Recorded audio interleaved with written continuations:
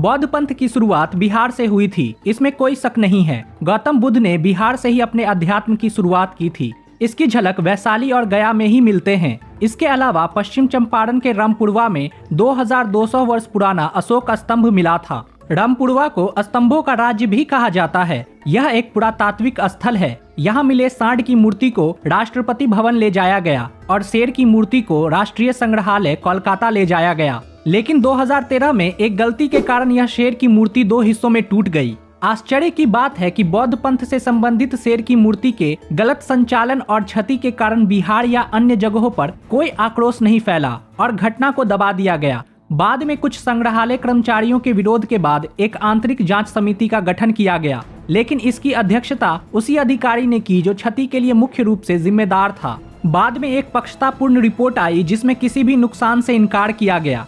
ऐसा कहा जाता है कि रामपुरवा वही स्थान है जहां सिद्धार्थ गौतम ने अपने परिवार को छोड़ने के बाद अपनी राजसी पोशाक को साधारण पोशाक में बदल दिया था और आध्यात्मिक साधक बनने के लिए अपने सुंदर बालों को काट दिया था।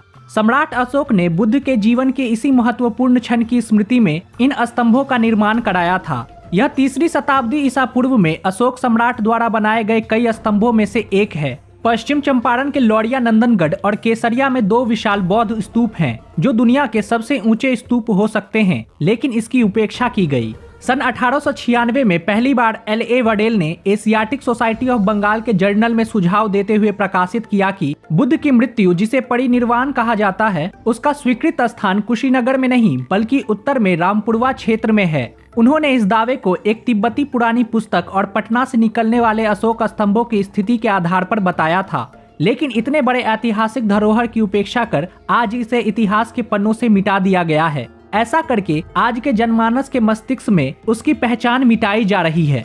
अब आप पूछेंगे ऐसा क्यों?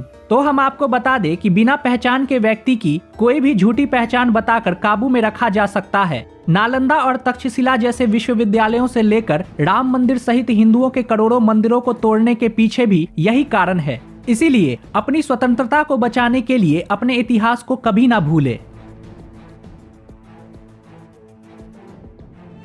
जो राष्ट्र के संकट के समय, युद्ध के समय, धर्म पर आघात के समय खुद को निष्पक्ष या न्यूट्रल बताते हैं, वही सबसे बड़े गद्दार होते हैं।